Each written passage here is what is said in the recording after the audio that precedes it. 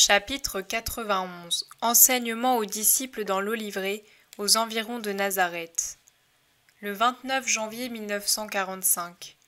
Je vois Jésus avec Pierre, André, Jean, Jacques, Philippe, Thomas, Barthélemy, Jude, Simon et Judas, ainsi que le berger Joseph qui sortent de sa maison et vont hors de Nazareth, mais dans le voisinage immédiat, dans un bosquet d'oliviers. Il dit : Venez autour de moi. Pendant ces mois de présence et d'absence, je vous ai soupesé et étudié. Je vous ai connu et j'ai connu le monde par expérience humaine. Maintenant, j'ai décidé de vous envoyer dans le monde.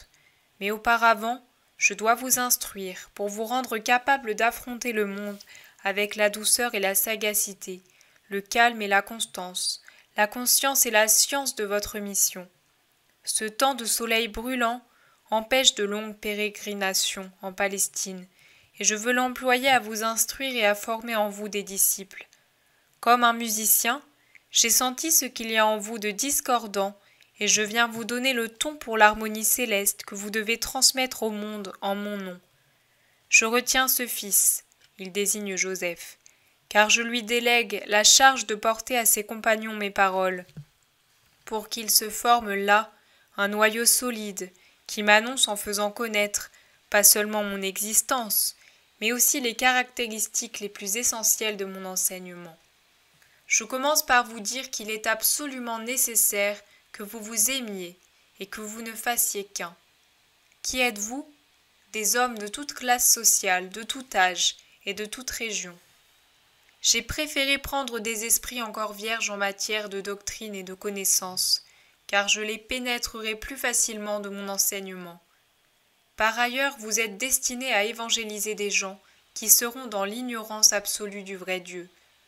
Je veux donc qu'en vous souvenant de votre primitive ignorance de Dieu, vous ne les dédaigniez pas, mais que vous les instruisiez avec pitié, vous rappelant avec quelle pitié j'ai fait de même à votre égard.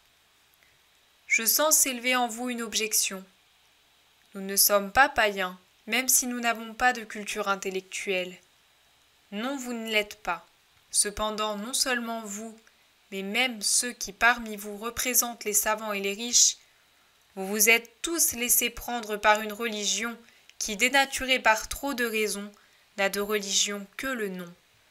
En vérité, je vous déclare que nombreux sont ceux qui se glorifient d'être des fils de la loi, mais 80% d'entre eux ne sont que des idolâtres qui ont embrouillé dans les nuées de 1000 petites religions humaines la loi vraie, sainte, éternelle du Dieu d'Abraham, d'Isaac et de Jacob.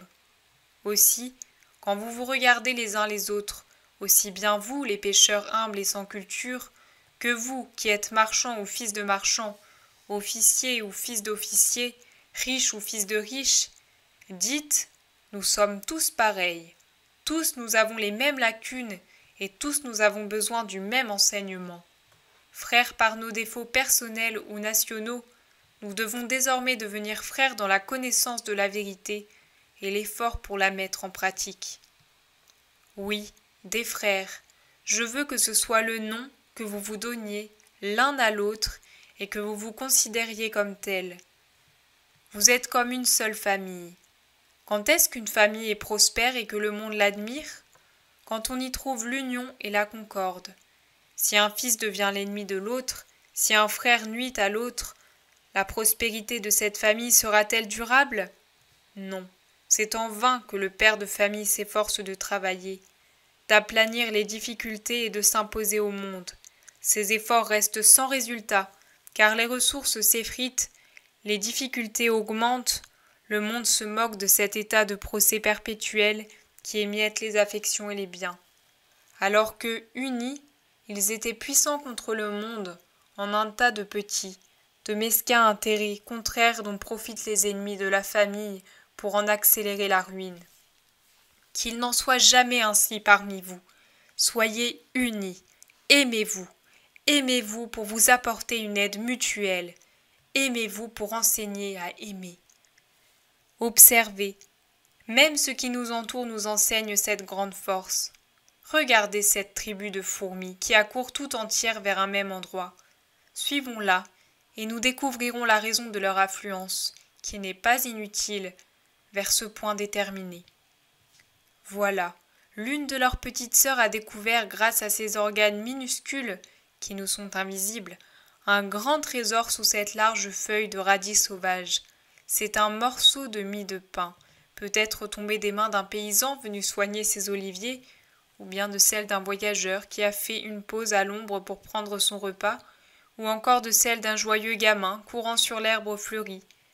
Comment à elle seule aurait-elle pu traîner dans sa fourmilière ce trésor 1000 fois plus gros qu'elle?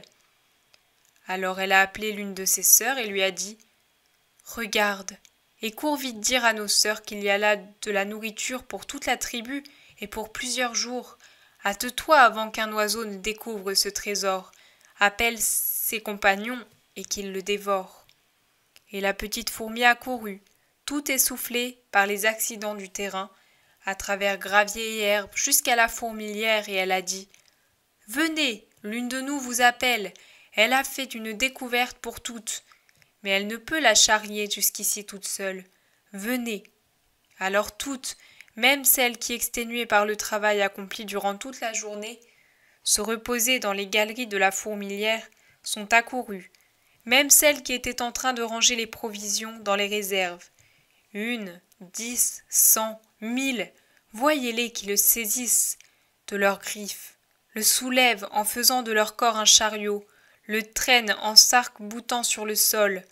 L'une tombe, l'autre, là, a failli s'estropier parce que le pas, en rebondissant, la cloue entre son extrémité et un caillou. Celle-ci encore si petite, une jeune de la tribu, s'arrête épuisée. Mais après avoir repris son souffle, elle repart. Oh, comme elles sont unies! Regardez! Maintenant le morceau de pain est bien agrippé et il avance. Il avance lentement, mais il avance. Suivons-le. Encore un peu, petite sœur, encore un peu et votre fatigue sera récompensée. Elles n'en peuvent plus, mais elles ne cèdent pas. Elles se reposent et repartent. Voilà qu'elles arrivent à la fourmilière. Et maintenant? Maintenant, au travail pour réduire en miettes ce gros morceau de mie. Voyez ce travail. Les unes découpent, les autres transportent. Voilà, c'est fini. Maintenant tout est en sécurité, et heureuses elles disparaissent par les fissures au fond des galeries. Ce sont des fourmis, rien d'autre que des fourmis. Pourtant, elles sont fortes parce qu'elles sont unies. Méditez là-dessus. N'avez-vous aucune question?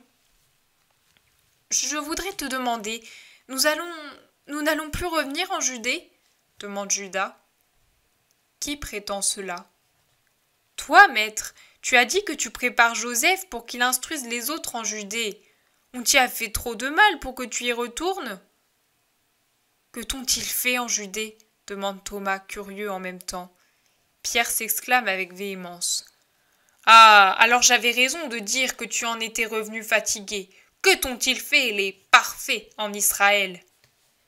Rien, mes amis, rien de plus que ce que je trouverais encore ici. Si je faisais tout le tour de la terre, je trouverais partout un mélange d'amis et d'ennemis. Mais Judas, je t'avais prié de te taire. C'est vrai, mais je ne puis me taire quand je vois que tu préfères la Galilée à ma patrie. Tu es injuste, voilà. Même là-bas, tu avais eu droit à des honneurs. Judas, Judas, oh Judas, tu me fais un reproche injuste. Et tu t'accuses toi-même en te laissant gagner par la colère et la jalousie. J'avais fait mon possible pour ne faire connaître que le bien reçu dans ta Judée, et sans mentir. J'avais pu avec joie parler de ce bien pour vous faire aimer, vous de Judée, avec joie, car pour le Verbe de Dieu, il n'existe ni frontière, ni région, ni antagonisme, ni inimitié, ni différence. Je vous aime tous, vous les hommes, tous. Comment peux-tu dire que je préfère la Galilée, alors que j'ai voulu accomplir mes premiers miracles et me manifester d'abord sur le sol sacré du temple et de la cité sainte, chère à tout Israélite? Comment peux-tu me traiter de partial, si des 11 que vous êtes, ou plutôt 10, car pour mon cousin il n'est pas question d'amitié mais de parents, 4 sont judéens? Et si j'y ajoute les bergers, tous judéens, tu vois de combien de judéens je suis l'ami? Comment peux-tu dire que je ne vous aime pas? Si moi, qui sais, j'ai organisé le voyage de façon de donner à mon nom à un bébé d'Israël et à recueillir le dernier soupir d'un juste d'Israël? Comment peux-tu dire que je ne vous aime pas, vous les Judéens, si pour faire connaître le lieu de ma naissance et celui de ma préparation à la mission, j'ai voulu 2 Judéens contre un seul Galiléen? Tu me reproches de me montrer injuste, mais examine-toi, Judas, et vois si l'injuste, ce n'est pas toi. Jésus a parlé avec majesté et douceur, mais même s'il n'avait rien dit de plus, les 3 façons dont il a dit Judas au commencement de son discours auraient suffi à donner une grande leçon.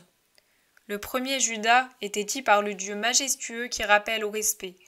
Le second, par le Maître qui donne un enseignement déjà tout paternel. Le troisième était la prière d'un ami attristé par l'attitude d'un ami. Judas a baissé la tête humilié, encore en colère, enlaidi par la manifestation de ses bas sentiments. Pierre ne peut se contenir. « Demande au moins pardon, mon garçon. Si j'étais à la place de Jésus, je ne t'aurais pas remis en place par des mots.